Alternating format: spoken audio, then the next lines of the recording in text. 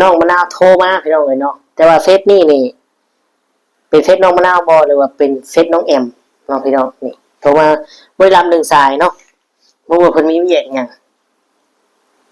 โอ้เพิ่นก็มีเฟซทุกคำอยู่เลยพี่น้องนี่เนาะนี่พี่น้องนี่น้องมะนาวก็โทรมานี่พี่น้องโทรมาหนึ่งสายบ่ได้ครับเนาะเดี๋ยวทุกคำสิลองโทรกลับเบิ่งว่ามีเวียกอีหยังบ่หรือว่าจังไดเนาะพี่น้องสิติดบ่ได้เฮาโทรกันเลยพี่น้อง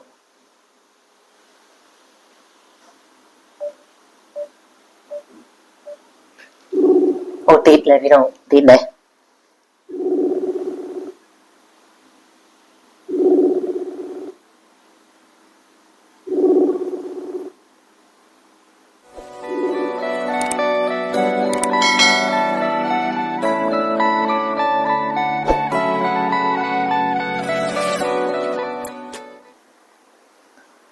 กับทักทายสบายดีและสวัสดี FC พ่อแม่พี่น้องหมู่เพื่อนเบิดทุกคนทุกท่านบ่ว่าสิเป็นพี่น้องฝั่งไทยฝั่งลาวหรือต่างประเทศก็ยินดีต้อนรับเข้าสู่ช่อง YouTube ตู้คำปันสุขเด้อพี่น้องเอ้ยเนาะพี่น้องมื้อนี้เนาะมาพบมาเจอกับตู้คำคือเก่าพี่น้องเอ้ยเป็นจังไดเนาะทุกคน FC พ่อแม่พี่น้องคือเรื่องราวน้องมะนาวนี่ก็โอ้พี่น้องเลยเนาะถือว่าหนักหน่วงพอสมควรอยู่เลยเรื่องจัดการงานแต่งนี่เพราะว่าเงินบ่มีพี่น้องเลยเนาะและเรื่องราวที่เกิดขึ้นน้องมะนาวนี่ก็มีอาการอีกเลยพี่น้องเลยเนาะมีอาการย่างเลาะอีกแล้วพี่น้องเลยไปเว้าหาคนเอาผูกแขนก็ยังบ่ฮอดมื้อเนาะแม่เพิ่นก็ยังบ่ได้บอกแถมมาตัวตุซิดอีกพี่น้องเลยเนาะคือเรื่องราวที่เกิดขึ้นนี่ที่จริงแล้วนะชุดแต่งงานนี่สีแดงยังแจ่มเลยเนาะตู้ซิดแล้วก็ไปตัดไปเตรียมมาให้ทั้งผัวทั้งเมียเลยเนาะพี่น้องแต่ว่าน้องมะนาวไปหน้าหรือว่าไปฮอดเฮือนสาวมุกดาวันเนาะก็บอกว่าไปผูกแขนผูกแขนแล้วก็นั่งพูดคุยกันกับสาวดาวันว่าผ้าขวัญกับบ่มีชุดใส่ก็ยังบ่มีว่าซั่นเนาะนี่แหละทำให้เฮาจับสังเกตหรือว่าสังเกตน้องมะนาวได้เพราะว่าถ้าว่าน้องจะปกติหรือกินยาปกตินี่น้องมะนาวนี่สิบ่เว้าแบบนี้เนาะถ้าว่ามีไผถามได้บ่สุดแต่งงานน้องมะนาวสิเว้าดอกๆว่าได้แล้วสีแดงสีนั่นสีนี่คือสิตัดมาให้แล้วผู้ใหญ่เพิ่นช่วยน้องมะนาวสิเว้าแบบนี้เลยพี่น้องเนาะแต่น้องเพิ่นบอกว่าบ่มีน้องมะนาวบอกว่าบ่มีเพิ่นว่าผ้าขวัญก็บ่มีเนาะพี่น้องอันนี้คือบทสนทนาหรือว่าเพิ่นคุยกันกับสาวมุกดาวันนั่นแหละพี่น้องเนาะพอได้ยินปุ๊บสาวมุกดาวันก็มีอยู่ชุด2ชุด3ชุดนี่แหละพี่น้องแต่ก็เอามาให้เปลี่ยนกันทุกอันเนาะเอามาให้เปลี่ยนกันทุกอันเพราะว่าน้องมะนาวบอกว่าบ่มีพอเราไม่ใส่แล้วก็น้องมะนาวใส่บ่ได้พี่น้องเนาะเพราะว่าหุ่นมะนาวใหญ่กว่าติดพุงพี่น้องเนาะนี่บ่เหตุจูงใจที่ทำให้น้องมะนาวไปตัวตุซิดเพื่อเอาเงินมาไปซื้อผ้าขวัญหรือว่าจัดงานแต่งใส่ชุดสวยๆหรือว่าจังได๋เนาะพี่น้องเนาะที่จริงแล้วนะเราสิบ่ว่าแบบนี้ได้น้องมะนาวนี่ถ้าว่าเราไปฉีดยาปกติเนาะแต่ว่าแม่น้องมะนาวนี่บ่เชื่อว่าน้องมะนาวนี่ไปฉีดยาอีหลีเนาะแต่น้องมะนาวก็ยืนยันว่าไปถามเบิ่งได้ไปถามคนที่น้องมะนาวไปให้ซักยาให้ไปถามได้เลยแล้วว่าเนาะเพราะว่า ก็แม่เราสิบ่เชื่อนี่มันบอกบ่ฟังเราอ่ะมันสิออกมาสไตล์ที่มันเคยเป็นอาการที่ผ่านๆมามันจะออกสไตล์นั้นจะออกเป็นแบบนั้นเราอ่ะเนาะพี่น้องเอ้ยแต่ทั้งนี้ทั้งนั้นถ้าว่าเว้าในอีกมุมหนึงก็น้องมะนาวนี่ก็มีผัวแล้วก็มีเฒ่างอแล้วแม่ก็อาจจะหายห่วงนิดนึงเบาบางลงมีคนดูแลซอยเนาะแต่ก็รู้สึกว่าแฮงสิหนักกว่าเก่าบ่ด้วยว่าใดๆเนาะเพราะว่าทั้งไอ้เกมอันนี้แล้วเฒ่างอนี่ก็รู้สึกแบบว่าซ้ำๆกันกับน้องมะนาวพี่น้องเนาะ เพิ่นน้องมะนาวยังสิความคิดฉลาดกว่าด้วยว่าจังไดเนาะพี่น้องอืมนี่แหละเมื่อเอาน้องมะนาวแล้วว่าหักแพงอยากดูแลเจ้าก็ควรสิพาน้องไปซักยาฉีดยาอีหลีจบเจือเนาะอย่าให้น้องไปผู้เดียวเนาะพี่น้องเอ้ยคนที่ลำบากใจที่สุดต่อไปนี้ในเรื่องราวครอบครัวน้องมะนาวนี่ก็คือแม่น้องมะนาวได้พี่น้องเนาะ บางอย่างนี่ FC โจมตีเราก็โอ้ยโตนเราสงสารเราอยู่พี่น้องบางเทื่อเราก็บ่ฮู้อีหยังก็บ่ฮู้อีหลีเนาะพี่น้องน้องมะนาวตัวเสียเองนั่นแหละถ้าว่าไอ้เกมวันนี้เนาะ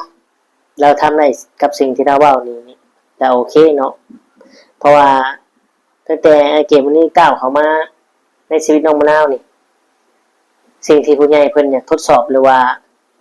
ซัพพอร์ตให้รู้มันขยันขันแข็งนี่ก็อยากล้มเหลวได้เนาะแม้กระทั่งตอนแรกๆก็ตัวเพิ่นให้เพิ่นเสียความรู้สึกเนาะตัวทั้งน้องมะนาวตัวทั้งแม่ตัวทุกคนนั่นแหละพี่น้องสองมาเพิ่นก็ให้ปลูกผักเพื่ออยากให้มีแนวเฮ็ดแนวทำอยากให้เป็นคนรู้คนมันผู้ใหญ่เพิ่นก็เลยซัพพอร์ตให้ปลูกผักเนาะพี่น้องพอปลูกผักออกมาปุ๊บผักก็บ่ได้กว้างดอกบ่ได้สวนใหญ่พี่น้องก็คือเห็นนั่นแหละเนาะตนาเถียงเราบ่ผ่านเนาะพี่น้องปลูกผักนี่ก็บ่ผ่านแค่ปลูกผักเด้อหาพี่น้องเนาะอันนี้คือทุกคำเว้าในมุมมองของ FC ที่เพิ่นคอมเมนต์ FC ที่เพิ่นได้เบิ่งได้ชมเพิ่นสังเกตนะพี่น้องทุกคำก็สังเกตก็เบิ่งคือกันเนาะFC เพิ่นแฮงเบิ่งคักโดยเฉพาะผู้หลักผู้ใหญ่ที่เพิ่นคอยช่วยเหลือเพิ่นก็ต้องติเตือนตำหนิได้เนาะพี่น้องเนาะปลูกผักปุ๊บพี่น้องบ่ผ่านบ่ผ่านตอนตุซิดบอกเราก็อ้างอิงแล้วก็คุยกับตุซิดว่าโอ้ยแค่น้ำก๊อกหยุ่มน้ำสินั่นบ่ได้ดอกสิไปปลูกมะม่วงมะแตงแต่ตุซิดก็บ่ได้ว่าให้ปลูกฮอดพุ่นบ่ได้เฮ็ดพุ่นเราเอาแค่นั้นส่วนผักนี่ก่อนเราเนาะโอ้ยบ่ยากให้เกี่ยวว่าบ่ยากจำส่วนผักนี่บ่ยาก บ่ยากเราแต่คำว่าบ่ยากของเราเนี่ยผลที่ได้ออกมานี่มีแต่หญ้าพี่น้องเนาะมาของไม่เท่าปลูกบ่มีหญ้ามีแต่ผักเพิ่นว่าโอ้ไม่เท่าเฮ็ดจังได๋นี่แหละทุกคำเลยว่า10ลูกเคยบ่ทอผู้เฒ่าเนาะบ่ทอผู้เฒ่าเพราะหยังโอ้ยเราความเก่งความมันเก่งด้วยแบบว่า10ลูกเคยบ่ทอผู้เฒ่าตีกันบ่ยังบ่แม่นพี่น้องเนาะความหมายนี่คือเฮ็ดเวียกเฮ็ดงานสู้ผู้เฒ่าบ่ได้บ่มีความอดทนผู้เฒ่าพาแต่ให้แต่หน้าดำให้ดำหน้าทางป่าลูกเคยก็เมื่อยก่อนพักก่อนนี่แหละที่มาที่ไปของคำว่า10ลูกเคยยังบ่ทอผู้เฒ่าเนาะนี่แหละพี่น้องเอ้ยอันนี้ก็คือกันเนาะ10เบางอหรือว่า10เท่าเกรดมานี่ยังบ่ทอแม่เฒ่ายังบ่ซ้ำแม่น้องมะนาวเนาะงานพักของเรานี่โอ้ขึ้นดีว่าซั่นหยังบ่มีเพราะว่าเราเฮ็ดแบบผู้ใหญ่และเฮ็ดเอาใจใส่เนาะน้องมะนาวกับเท่าเกรดมานี่เนาะหรือเท่างอเนี่ยเฮ็ดแบบให้มันแล้วเวลาที่ตุซิดทายหรือว่าในตอนที่เพิ่นบอกตุซิดบอกหรือผู้ใหญ่บอกแค่นั้นเองเนาะ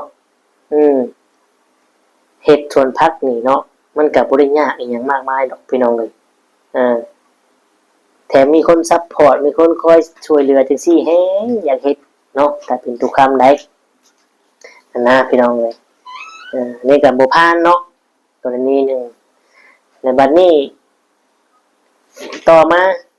จะหลายเรื่องที่เพิ่นสังเกตเบิ่งเพิ่นให้เฮ็ดหันเฮ็ดนี่เราเฮ็ดแต่ตอนที่ตุชิดบอกเฮ็ดตอนที่ถึกเว้าถึกว่าเนาะพี่น้องเลยเพราะว่าสังเกตเท่างอนี่ก็มีแต่ว่าบ่ยากเนาะแล้วเฮาก็บ่ฮู้ประวัติแล้วอีกว่าเป็นจังไดเนาะและมีเรื่องหนึ่งเนาะที่ว่าตุซิดกับแม่น้องมะนาวหรือน้องมะนาวนางคุยกันนั่นแหละพี่น้องว่าเพิ่นคุยกับผู้ใหญ่หรือว่าคนที่เคยเบิ่งดวงเนาะหรือว่าทักท้วงมะนาวหั่นแหละ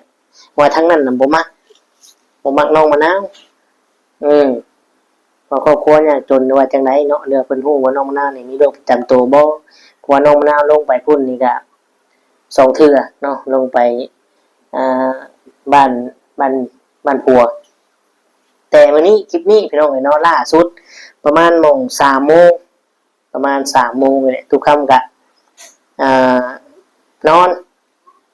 เห็นน้องมะนาวโทรมาพี่น้องเอ้ยเนาะแต่ว่าเฟซนี่เป็นเฟซน้องมะนาวบ่หรือว่าเป็นเฟซน้องแอมเนาะพี่น้องนี่โทรมา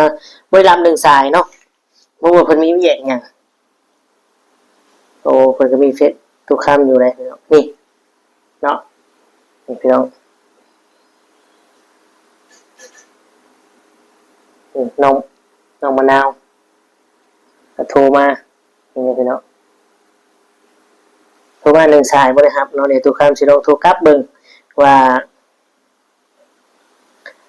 มีเวียกอีหยังบ่หรือว่าจังไดเนาะพี่น้องสิติดบ่ได้เฮาโทรกันเลยพี่น้อง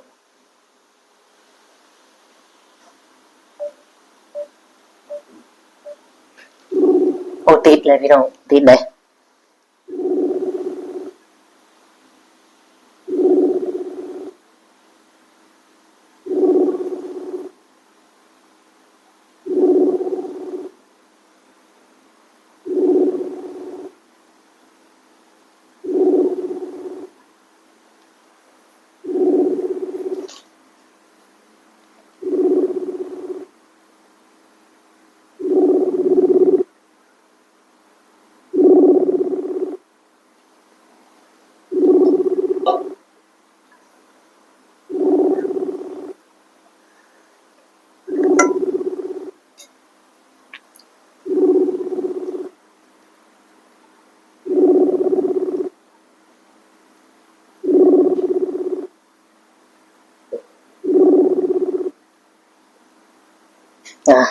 บ่มีคนรับพี่น้องเลยเนาะ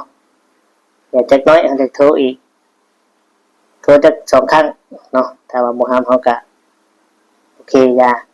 ไว้เพิ่นโทรกลับมาเนาะเพิ่นโทรมาประมาณบ่าย3 โมงทุกค่ำนอนเนาะบ่ได้รับเพิ่นมีเวียกอีหยังบ่หรือว่าจังได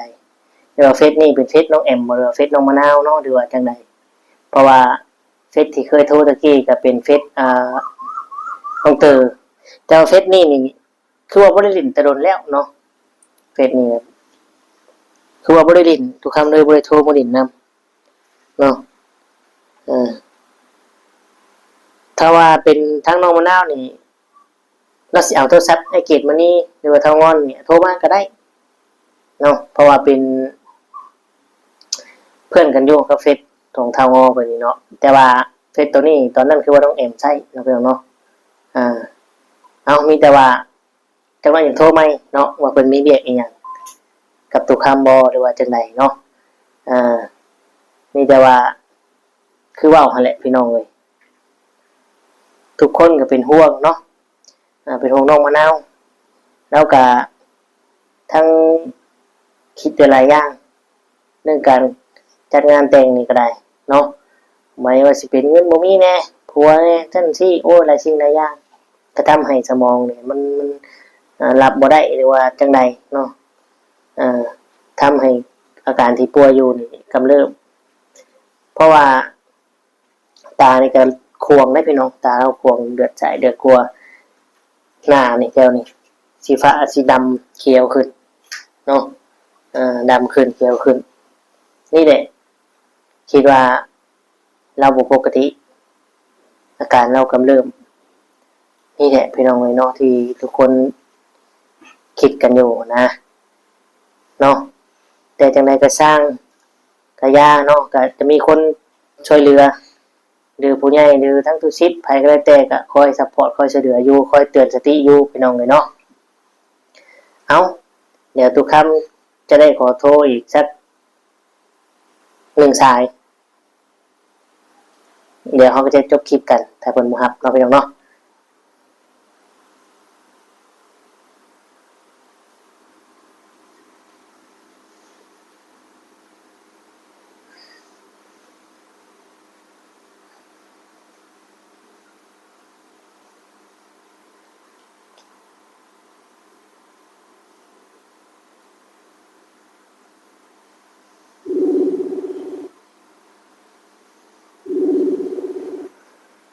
ร้อนพี่น้องอากาศร้อนแฮง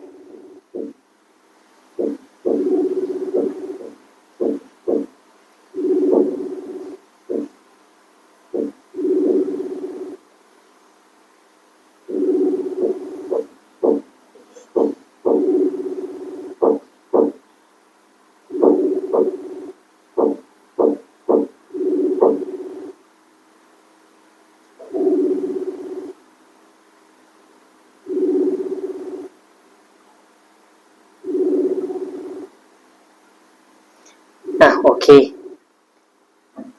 เดี๋ยวเขาจะว่ากันใหม่เพิ่นบ่รับพี่น้องเนาะเพิ่นโทรมาประมาณช่วงบ่าย 3ก็บ่เป็นหยังแค่เพิ่นโทรกลับแหละถ้าเห็นสายทุกคำบ่ได้รับก็เนาะ